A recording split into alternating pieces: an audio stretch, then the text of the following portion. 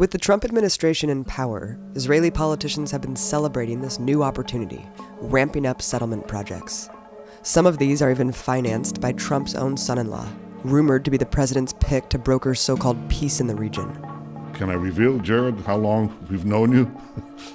While these illegal settlements grow into Palestinian villages, some are built directly in the middle of thriving cultural centers, such as Hebron, one of the most hyper-militarized cities in the world. When I was in Hebron, I was shocked by how aggressively the police state imposed an apartheid system. All of the residents I talked to had horror stories of life under brutal occupation. Sometimes Israeli soldiers themselves dissent, even in the face of very severe repercussions. One of whom is Eran Efrati, who was stationed in Hebron during his time in the Israeli army. Since leaving the military after years as a combat soldier, Efrati has dedicated his life to documenting Israeli war crimes and fighting the apartheid system. Eran, you went from being a soldier in the IDF to being a very outspoken critic of both the occupation and continued takeover of Palestine. What made you go through such a profound transformation? Well, it didn't something that happened immediately. Obviously, growing up in Israel, you ask me what was my role in the military. I'm not sure that my role started with my enlisted. I think my role started when I was about 5, and I realized that my father is putting uniform and going out to Lebanon as a reserve soldier. That's the first time I felt that I'm a part of the military. The next time was in kindergarten, when soldiers came in to tell us about the Independent War, just after the Holocaust Day Memorial. The next time will be when I was 16, and I will get my first draft letter. And in this draft letter, it will be written that I am a property of the military. This is something that every kid in Israel go through. When you're getting into the military system, in the end, you're already so much embedded inside the military. The military is a part of your identity. It's as much you as you are Israeli or Jewish, for that matter, in Israel. And going into the military, I was expecting to be a manifestation of me, just in uniform, protecting my country, protecting my family. I grew up on hearing the stories from Auschwitz of my grandma. So my mother's side, my grandma and grandpa was the only survivors from their family, from the Holocaust. All of my grandma's family were killed in Auschwitz. The stories from my grandpa, that was also the only survivor from his family from the Holocaust. And from the other side, my grandpa and grandma from my father's side grew up on hearing their stories about Jerusalem and what it is to grow up without freedom under the British mandate. For me, being in the military is to protect them and to make sure that our life will go on as in freedom and in good will. I went through 7 months of boot camp, and in the end of the 7 months, I found myself in Hebron. This is the only city that have a settlement in the middle of the city. So getting into the Hebron, one of the first things that I had to do was protect a Jewish holiday. And my job is to put on curfew 180,000 Palestinians. So settlers throughout the West Bank and Israel, Jewish settlers, could come into Hebron and celebrate. So there's thousands and thousands of Israelis and Jewish settlers from across the West Bank coming to celebrate. And the only way to keep them protected is to make sure that no Palestinian is leaving his home. So literally one of my first tasks was to roam the streets and make sure Palestinians understand they're going into their home and they cannot leave until a second notice, until the next time we're coming in. And the first time was like a movie. We birthed into the city with our guns in our hands and our uniform and vest with grenades and 6 packs of ammunition. And we're just screaming curfew.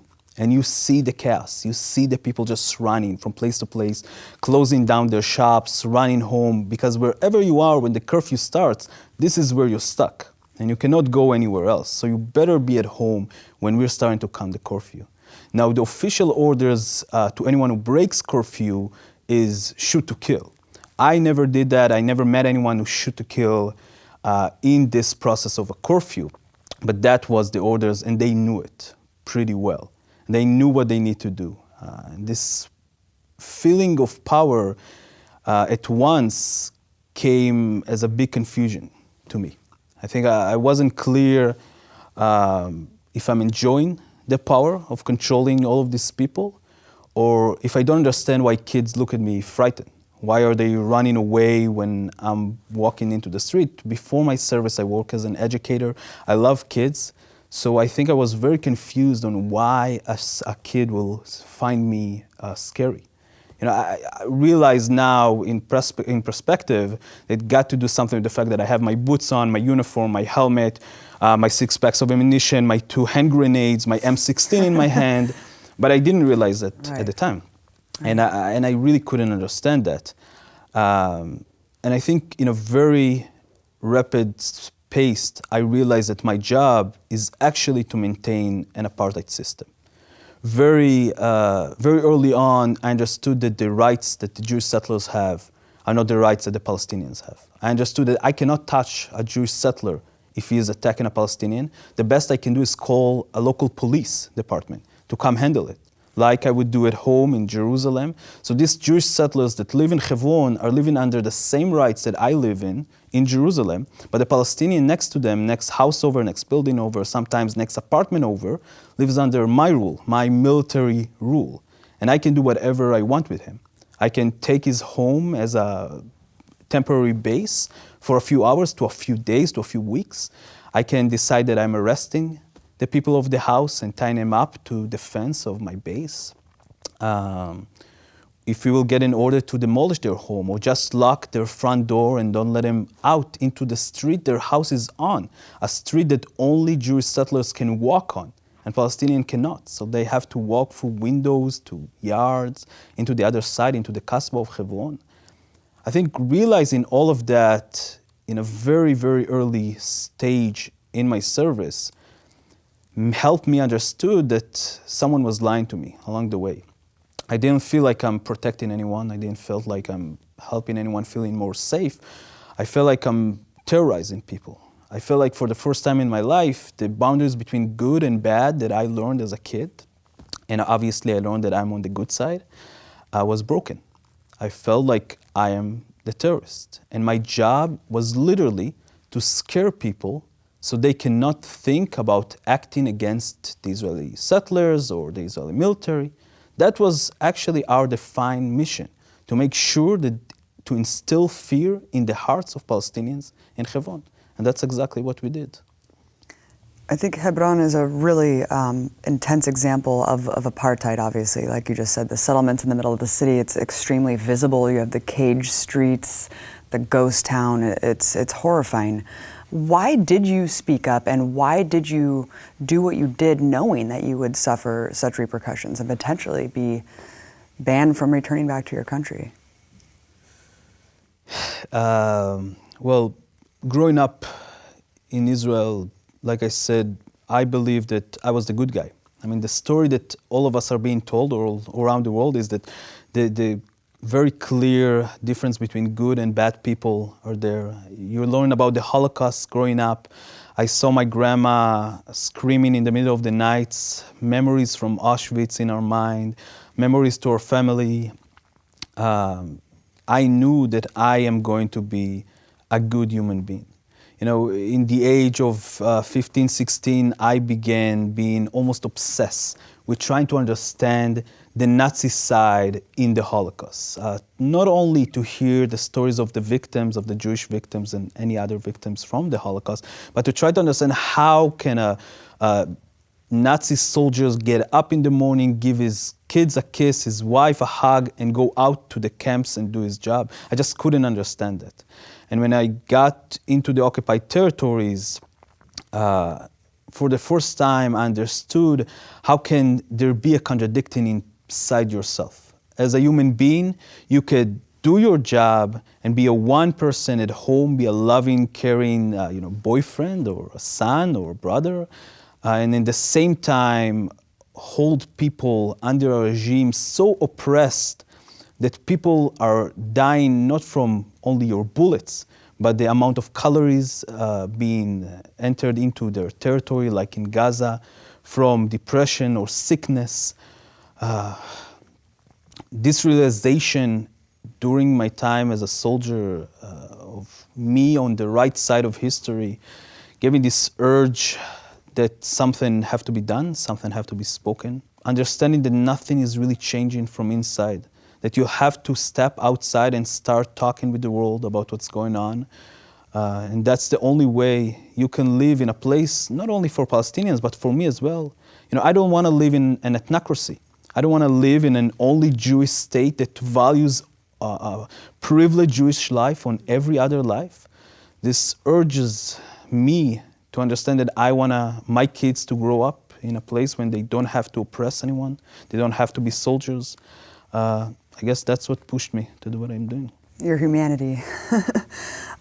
Let's talk about your time after getting out of the military, and then you went through a series through the West Bank, interviewing soldiers, getting their testimony.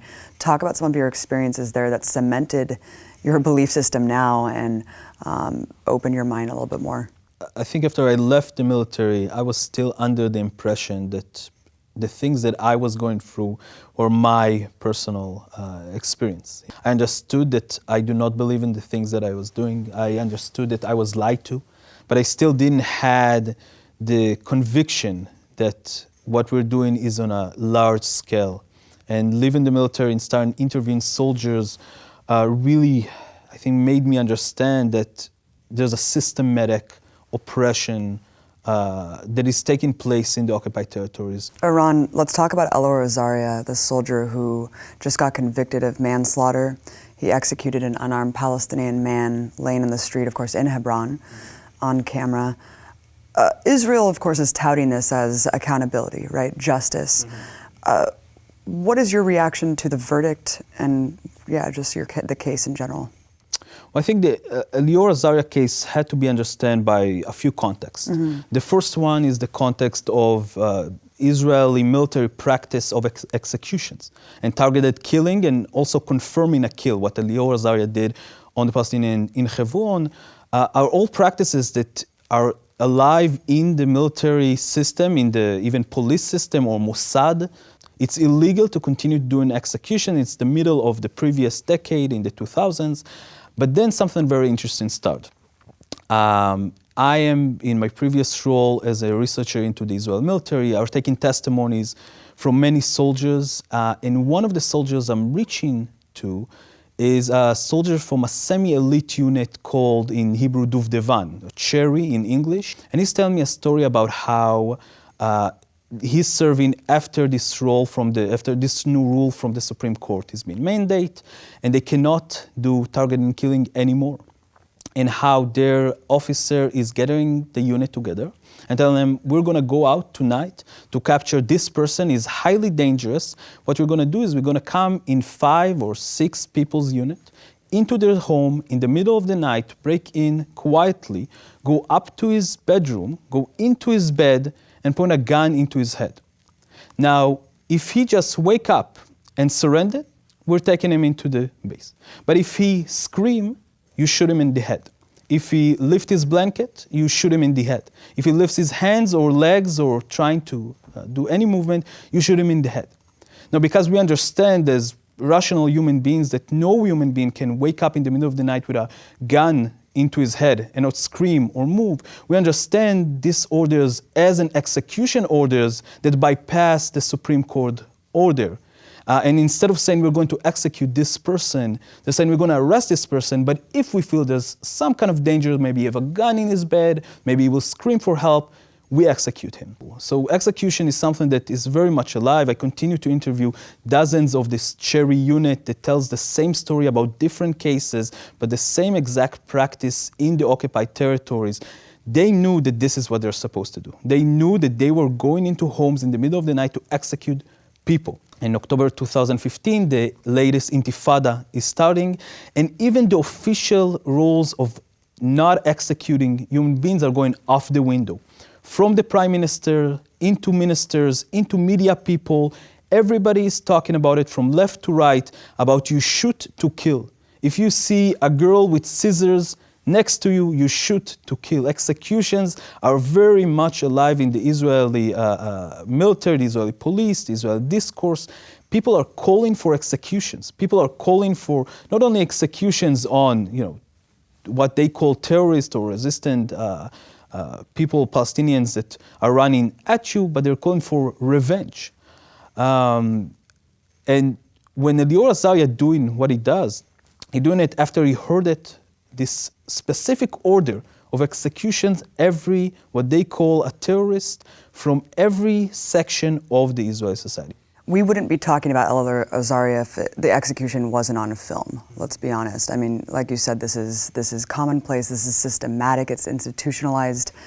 However, I do want to talk about how even before he was charged with manslaughter, it was a slap on the wrist at the beginning. I don't know if there was just international pressure that mounted at a certain point where they felt like they had to take the investigation forward, but even then, it was a very stark contrast between how right-wing Israelis reacted to just a house arrest verdict.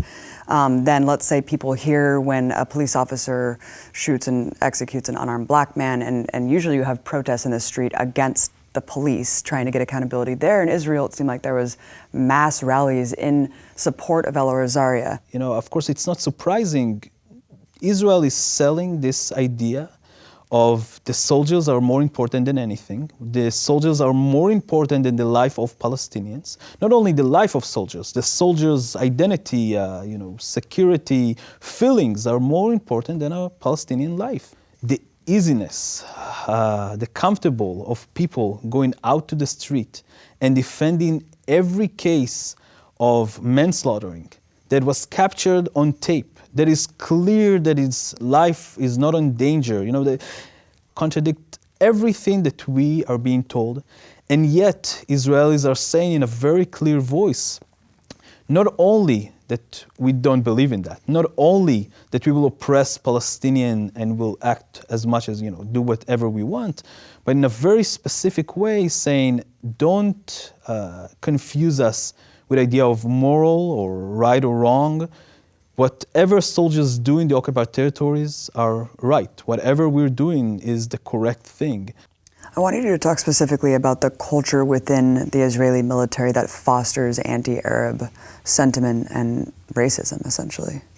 Yes, I think the system, is not only inside the military. It's like I said before, that's actually what being an Israeli means. Being an Israeli, growing up in the Israeli educational departments, you understand that all the Arabs hates you, that they're actually, in a way, the continuation of the biblical Amalek or Hitler, or, that everybody there want to throw you into the sea. This is what you're growing up with, and you really believe in that. I mean, going into the military, you're already going so full of hate and fear at the same time that you don't need much to be very aggressive, violent, and racist toward Palestinians. They see the Palestinian women and the Palestinian men as subhuman. The occupied territories are like an ex-territory when those human beings are not considered to be human beings. This is a process that you start in a very early age, being enforced inside your boot camp, and later on when you're going into your service, when you do not see human beings in front of you. Do not believe their sorrow, do not believe their smiles, do not believe their feelings. They are subhuman. But they look just like you. I mean, there's so many Arab Jews. It's incredible. Yeah. Like yourself. Yeah, and I think that the Arab Jews in Israel are probably the most tragic story in the entire story of Zionism after the Palestinians. And it's not being talked enough, obviously, inside the Israeli society or in the world. The Mizrahi Jew, the Arab Jews that came around the years of 50 and onward into Israel, some came by choice, some came by force, but they didn't came to a country that was theirs. Came only about 2 years after Israel was already gave out most of the land into the European people, and they understood that they cannot hold the territory alone. They need more people on the ground to fight off Palestinians or Palestinian refugees if they will come back. And then they went off and brought most of the Arab Jews and put them in the most terrible places in Israel, on the borders with Egypt or Jordan or Lebanon and Syria. We put them at buffer zones to protect us from Palestinians. Some of them came in the 70s. The Zionist organization sends delegations into these Arab countries and called the Jews there to come into Israel, the Jewish homeland. Many of them didn't want to. Many of them, like in Iraq or Egypt, had a good life, or in Morocco, and wanted to stay. They didn't know what will be the destiny of this new country, that understood that there's very much likely that a lot of wars will go on there. They felt protected in those countries, and they said no. And the Zionist organization sent another delegations into some of these countries of people disguised as Arabs from those countries, that terrorized those people to try to force them to come into Israel. They were born synagogues. We have testimonies today that talks about how they ran after people in the street and beat them down as so-called Arabs from Morocco, from Egypt or Iraq, trying to scare them. And immediately after that, more people from the Zionist movement would come and say, you see, the only safe place you have is Israel. You have to come now. And after they came, they were being sent into the most disgusting forms of settlement for the newcomers from those Arab countries, being sprayed from DDT with gas, trying to clean them up before they joining into the Ashkenazi, the European kids, to play with them. They were separated and segregated for years. That was not their country, and it's still not their country. And what they had to do to start to assimilate themselves inside this new country was to make sure that everybody understood that they're actually not Arabs. They look like Arabs, they talk Arabic, but they're not Arabs, they're Jewish, because you can be an American Jew and you can be a European Jew, but you cannot be an Arab Jew in Israel. And they erase their identity, and they starting to form what we know today as the most extreme right in Israel. They are the extreme right because they have to solidify themselves as the most loyal citizens of the states. You hear this as a cycle of violence, though, and every time I bring up, especially being on the ground in the West Bank, visiting the Dawabsha family, or who's left of it, whenever you bring up these horrifying stories and accounts of terror on behalf of the Israeli settlers, a lot of people just say, what about the stabbing attacks? What about the terrorist attacks on behalf of Palestinians? And it's painted as a equal fight, as a cycle of violence. And then you have the truck attack that just happened in Jerusalem. As a former soldier, how do you view these attacks? How do you view the stabbings, especially when they are directed at soldiers? Well, as an ex-soldier, I learned very personally that if you will not respect existence, you can expect resistance. And this is how people resist. Israel as a state like to use the idea that Palestinians only understand force or power. But the truth of the matter is that Israelis only understand power and force.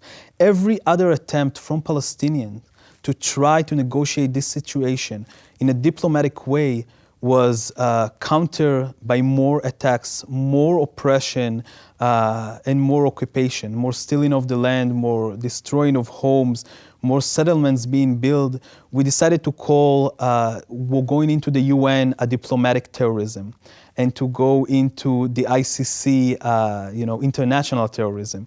We basically describe every form of resistance as terrorism, because the sole idea of the occupation is not to be safe.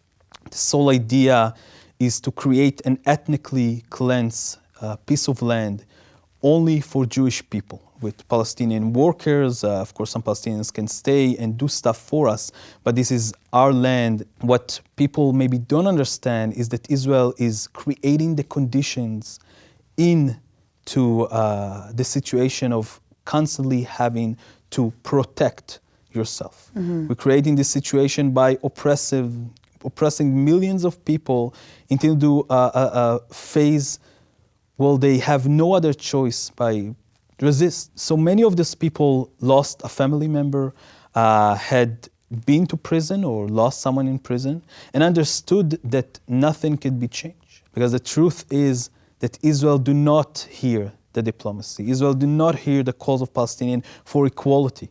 What we are seeing in Palestine is what a lot of people like to describe as the most complicated political situation of our time, is probably the most simple political situation of our time. It's a situation about equality. It's amazing that you say that, Iran, because this is painted as the most complex, the most hard to solve. They've been fighting over there for thousands of years. You hear these things, but really, it really does come down to basic equality and humanity. Would you say that you support the right of Palestinians to fight their occupiers? Absolutely. I support the right of every human being under an oppressive military rule to resist this military rule by any means possible. I do not believe that Israel have a right to occupy millions of human beings without every decent human, simple, basic human rights for their name. And I do not believe that Israel would change on its own. At no point in history there was a state or a power that had the power to control over other human beings and benefit from it and just decided to let go of this power by its own. It was always forced on them by the resistance of the people underneath them or the intervention of other forces around the world. And unfortunately, as I do support the Palestinian right to resist in any way, I do not believe that their resistance is enough. I do believe that the rest of the world have to interfere in what's going on in Palestine. There's nothing else that we can do except for giving all the Palestinians equal rights and starting a new state, a new equality system for all human beings on the ground.